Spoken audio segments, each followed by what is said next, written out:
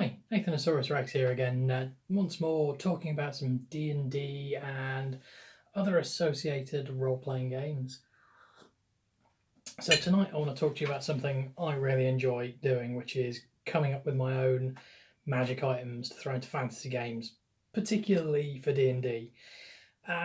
In D&D, as we all know, there are thousands of pre-generated magic items littered all over the place in different source books, and in the Dungeon Master's Guide there are hundreds of them. So there's plenty there to keep you going and to pull out when you feel like you need something. But personally, I love creating my own from scratch. It lets you come up with some fun ideas, add your own flavour to the game, and put in some sort of interesting things that really add to your campaign and add to your experience and the player's experience. But this can be a little bit tricky. How do you make those items fun and interesting, and how do you add these items in without utterly breaking your game? We all know that magic items of the wrong power level are the main way that you can completely irrevocably overpower your game and completely break your story. I mean, this is, to be fair, kind of on par for the genre, which our Lord and Savior J.R.R. Tolkien invented by essentially writing 3 tomes that thick to follow on and make his entire ongoing campaign all about retconning that ring of constant invisibility he never should have given to a second level rogue in the first damn place. But hey, that's where you end up sometimes. So, how can we make items that are cool, fun, interesting, useful to your players, and aren't going to have you with your head in your hands wondering why the hell you ever let them have such a terrible, overpowered artifact in the first place? Well, here are some of my thoughts, musings, and incoherent ramblings. So, it can be an enormous amount of fun to create your own items, and some of the reasons that I like to do it are that you can tailor it to fit your game world, you can tailor it to fit your story, and you can tailor it to fit your characters. And that, I would say, is step one to bringing items into your game that are going to be of interest to your players. If you can make them fit your party and fit the flavour and theme of your world well, then that is going to make them that much more interesting to them. Good things to think about here when you're trying to come up with an item for your party are: what skills does your party lack?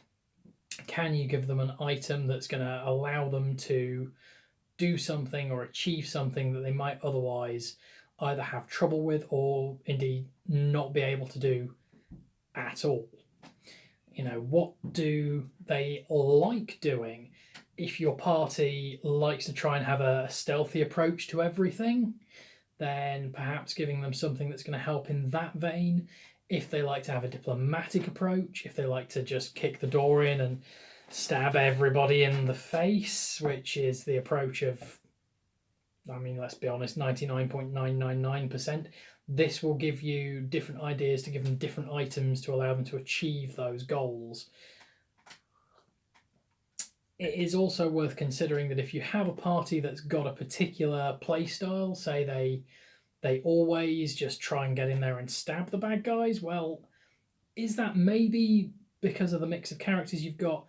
Is it because they don't feel like they've got the skills and the tools necessary to take a more stealthy or more diplomatic or a more trickery-based approach? Perhaps giving them an item that's going to give them an edge in that field will open out a whole nother set of opportunities and a whole nother set of playstyles that they can engage in. So you can widen the potential of your entire game by throwing in some appropriately tailored items. So think about the personalities of the characters as well. What kind of a thing do they like doing? What do they need an edge in? What kind of thing would fit the characters that you've got in your game? That's where I like to start. So whether that's perhaps creating something that makes sense for a dwarven barbarian to have a great axe for cleaving through monsters, or perhaps giving an item that's going to boost the luck of that one player who rolls dice. Like I'm pretty certain she summoned Gary Gygax's spirit via Ouija board just to tell him that Thaco is for wankers. That's the only way I can explain the number of natural ones that seem to come out of her on a every game night basis. But what can you do?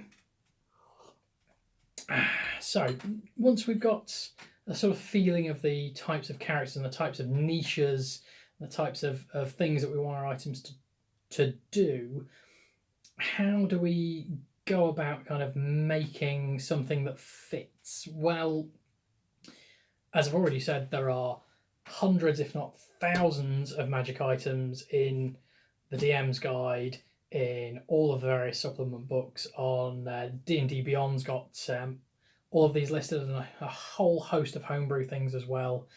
You're not going to need to go far with the old Google Foo to find millions of items of various types and quality and balance. That can very much vary out there, but there are plenty of places that you can get inspiration from, as well as items.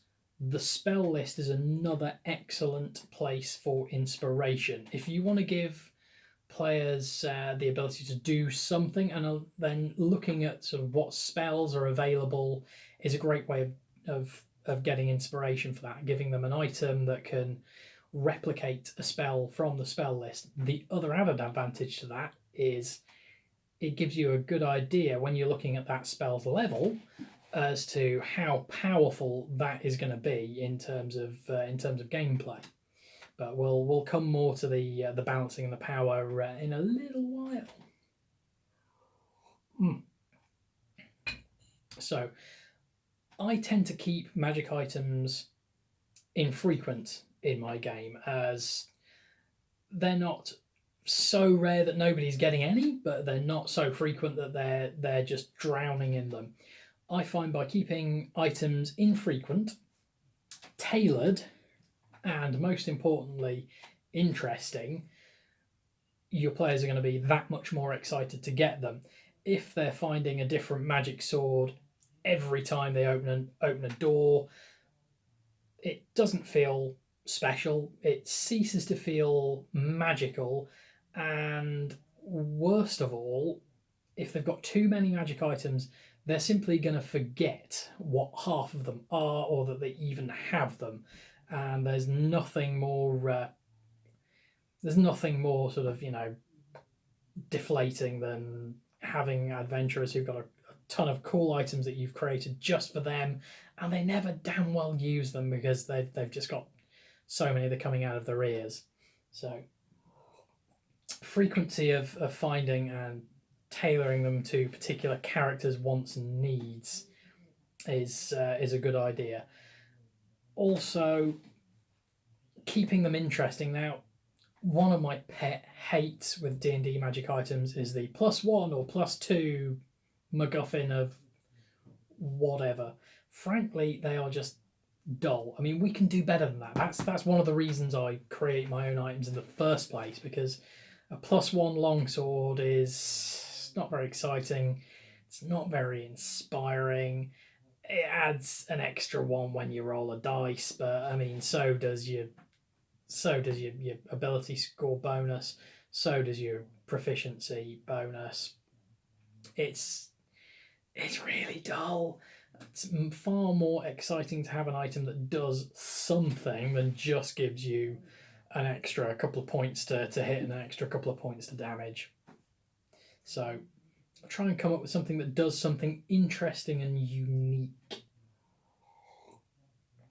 And in that vein, I find fun is far better in many ways than useful. I'm not saying every magic item should just be a silly MacGuffin, but the items that I've described to my players that they've got really excited about and remembered are the daft one things like the Wand of Smiles that can make a creature just grin inanely, like this, forever. It's unnerving, isn't it? I'll stop that. Sorry. Hope you weren't having your tea. The cape of billowing that just flutters out behind them and makes them look dramatic and heroic. They're the ones that have sort of captured their imaginations.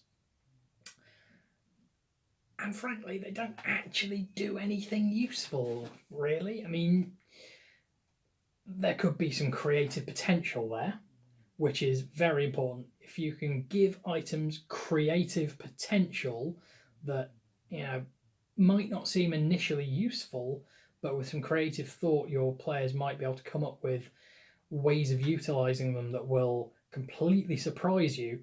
That's a lot of fun, both for them and as the GM, not knowing when the hell these things are going to come up. And I find that's a lot more exciting and interesting and entertaining than just having a raw stat bonus, which is frankly just bores me to tears. Another tip for making magic items more interesting is, and especially when they are less frequent, how are they found? How are they described? And how are they identified and discovered to have their powers? The idea of kind of a magic item shop in every town and village is, I mean, again, that's kind of taking the magic out of the magic item. It's making them just a common generic thing that anyone could go out and buy. It's kind of takes the sheen off them somewhat. That rarity and that unusualness, and the fact that you've had to delve through a dark dungeon, fight hordes of the undead to uncover a sword laid in the tomb of an ancient, powerful warrior of legend that seems to whisper to them as they take it from their grave to take this and slay the evil in the land. Or, finding at the bottom of a bubbling pool of blood under an evil idol in a temple of doom, a cruel and wicked black iron demonic axe that seems to whisper to them of terror and bloodshed as they grip its haft, the screams of its many victims ringing in their ears. That's way more interesting than magic item shop's got a +2 longsword for sale. Where's the fun in that? So think about how they're found, what kind of adversity they've got to go through to get hold of them, how they're described, and I never give my players the full details as soon as they get it. I never tell them this is this and it does X, Y, and Z. They get a description of the item, and I like to hide little hints and clues in the description of that item as to its origin and as to what it might do. And you find that with some of the pre-generated items. Again, there's nothing wrong with these. A lot of them are great, and a lot of them will give you some great inspiration for kind of coming up with your own things. So when my rogue finds a potion bottle and sort of it seems to be empty but feels like it's got liquid in, you can kind of feel a sloshing when you shake it. Her eyes lit up like, oh my god, this could be a potion of invisibility, which is from the book. Perhaps finding a brooch in the shape of a scarab beetle with a giant red gem for its body that seems to glow from within with some sort of sparkling radiance and feels warm to the touch. Gives you a few hints as to what it does, so your players aren't going to be completely surprised when it's identified and turns out to be able to summon a flaming sphere and roll it around the battlefield. So giving those little hints as to the origin and nature of things can really sort of bring some interest and some excitement as to what will this item do, I can't wait to find out and identify what this is. Which brings me to my next point. How are these items identified? Often you might have a mage in the party with identify as we do. Our mage has that as a ritual spell only. They're a warlock of the Tome of the Pact of the Tome. They have the Book of Ancient Secrets has the ability to have ritual spells in, identifies one of their ritual spells. So it takes them a good 10, 11 minutes to sit down and sort of cast and find out ritually, formulaically, what each item they find does. So they have to wait for an appropriate break in the adventure when they're about to take a rest or they're back to town to then figure out what those items do. Depending on how you're GMing and how you're allowing that to be done, you may have some items identifiable by investigating them on a short rest. You may want to, for more unusual items, perhaps have people make Arcana rolls if that's something they're proficient in, and give it more of an Indiana Jonesy, Lara Croftsy kind of archaeological investigation theme. If your campaign involves a lot of digging through ancient ruins for items of power, and perhaps making history and Arcana checks to figure out what this item is and where it might be from, and then researching and finding out from the archives of wherever what this item's likely to do, could be involved in identifying also its powers. Also, if you've got nobody in the party who has Identify, nobody's got Arcana, nobody's really that sort of, interested in sort of researching and finding out where these things are from, what they do, you may need to have an NPC, perhaps in wherever your players call home, wherever their base is that they tend to go back to, or perhaps just a wandering type who can do that identification for them and give them more interesting sort of backstory and information on how these items work. This is also a great way to drop campaign hooks into your campaign, story hooks into your campaign. Perhaps this item, they can sense that it has great power, but it's beyond their understanding to identify.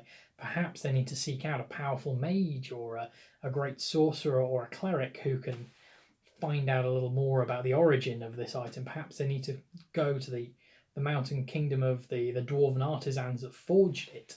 Perhaps they need to delve deep beneath the earth into the Underdark to talk to the terrible, torturous dark elves who created and wrought this thing. You can set a chunk of your campaign about finding out the origin of a magic item and allowing them to gain the use of that in the final chapters to defeat whatever the big bad evil guy might end up being. Oh. So, now that we've got an interesting, fun item that has some particularly tailored to your campaign, your playstyle, and your player group, they found it in some deep, dark circumstances that have drawn their interest.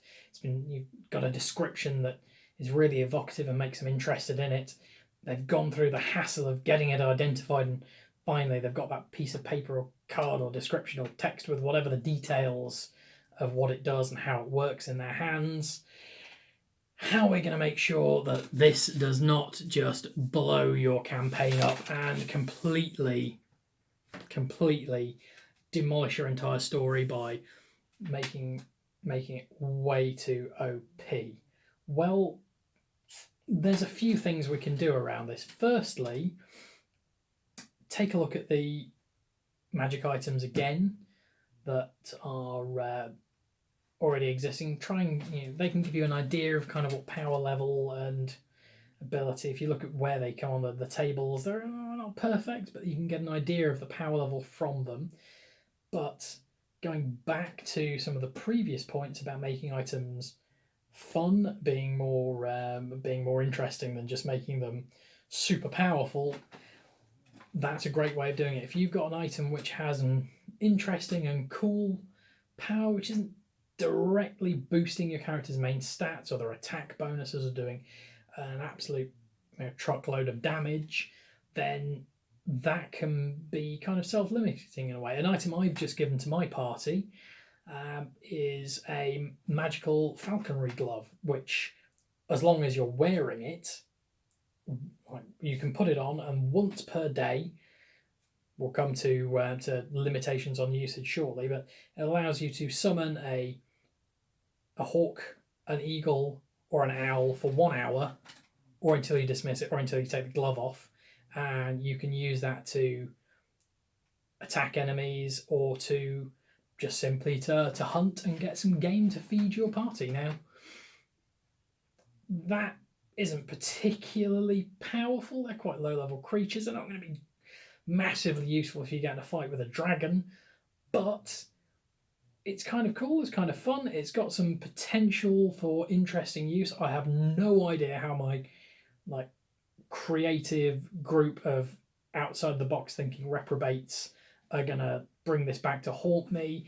I'm sure they're gonna think up some weird, crazy, creative uses for it that I'm never gonna predict in a million years. And I can't wait. It's gonna be hilarious. So I've got that to look forward to. But again, as I say, it's not going to allow them to do massive damage. It's not going to allow them to bypass like whole encounters.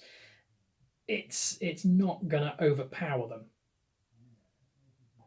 So giving them something that's kind of fun is going to avoid that overpoweredness. Now, if you're giving them things like magic weapons, things that allow them to do great things, shoot lightning bolts out their eyes and crush things with giant summoned rocks or whatever, that's cool too.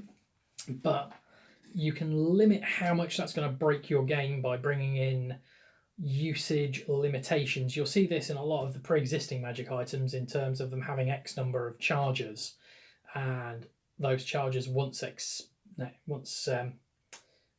used, those charges can take time to regenerate, regenerating by X, 1 per day or 1d3 per day charges. You can limit that however you want, both in terms of the number that you initially get and how quickly they come back. I have items. I have a lucky necklace that my hapless rogue player has, which gives 1 luck point, which luck points are massively, massively powerful. However, there's 1, and it has a 50% chance the following morning of regenerating. So it's not guaranteed to come back and be usable every day.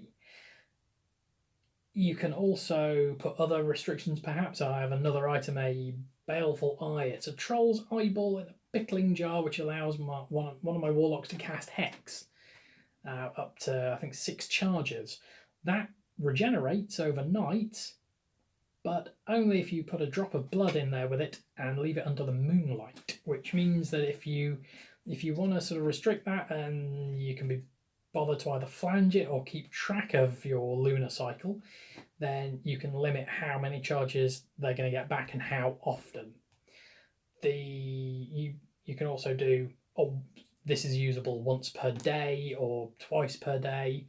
Or, and this is one of my favourites, is giving consumable items. Potions and scrolls are excellent examples of this. There are, again, loads of these pre-existing, and if you look at the spell list, that can give you plenty of...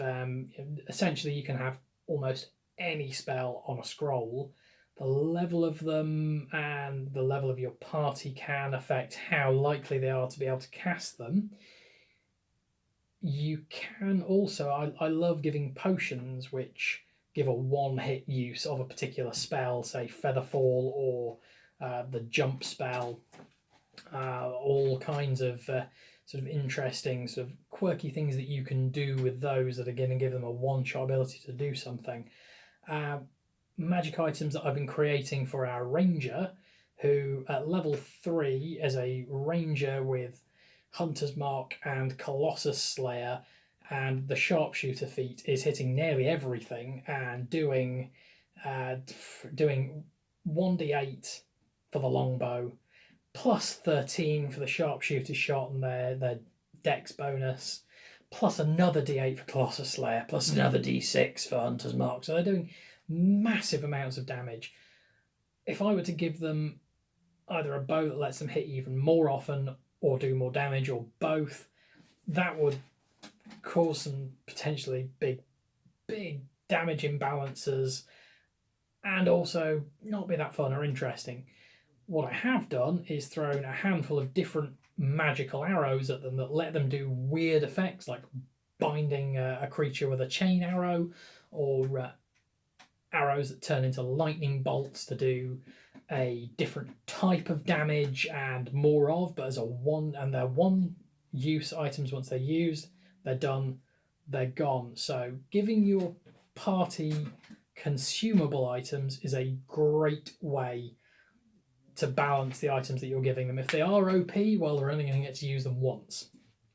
So that can give you the opposite problem of, we've all, if anybody's got to the end of a Resident Evil game without carrying a big sack full of Magnum ammunition that they're not willing to use because, oh God, I just don't know when the next big boss is going to turn up, then you're doing it wrong. So you do run the risk of your players carrying these things around and maybe not using them because they're saving them for that one, perfect moment that never seems to come about for them.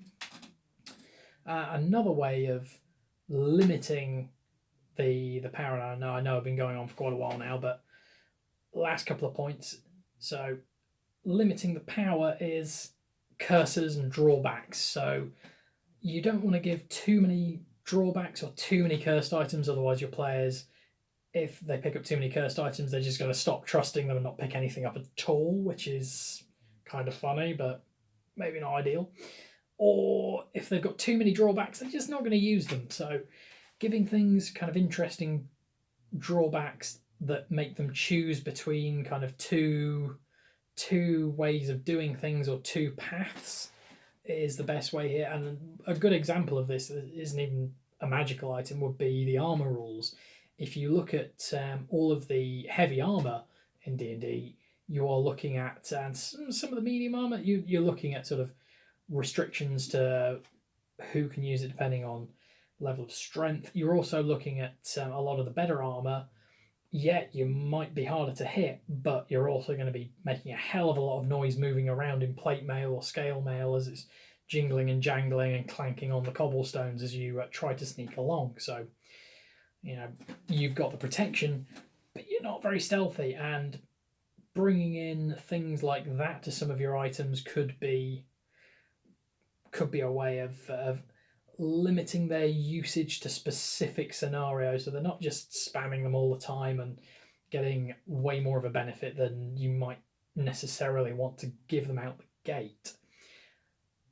Another bonus to giving them less powerful but more interesting items is that there is absolutely nothing stopping you upgrading those items at a later juncture.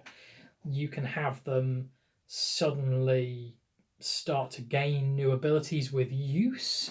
You can have them upgrade perhaps after, because you've killed such a huge number of creatures or one specific powerful creature, your magical sword absorbs the souls or the power from that dragon and suddenly gains an extra ability or more of an ability to cast fireballs or whatever else it might be. Also finding more information about a weapon. We talked about identifying them earlier. Perhaps a lower powered magical axe. Once you go and speak to the dwarven smith that originally forged it 200 years ago, has managed to get out of his crotchety ale-soaked individual some more details about it. Perhaps you unlock the secret words of power, which will allow it to do the other things which it didn't do for you before, and that way you can limit the power initially of those items, but allow them through story and play to gain more abilities and to level up as your players do. And then you're not left with a bag of embarrassing magic items that you had at level 2 or 3, which are no longer useful or relevant in your campaign and never get used, which is a little bit sad.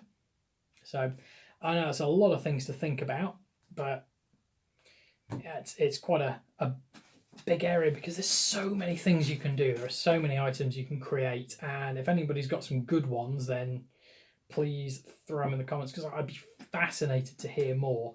I might even throw a couple of descriptions of some of the crazy stuff I've come up with in my campaign in there as well. So thank you very much. I've been Nathanosaurus Rex. I'll be back to waffle at you incessantly about D&D again soon.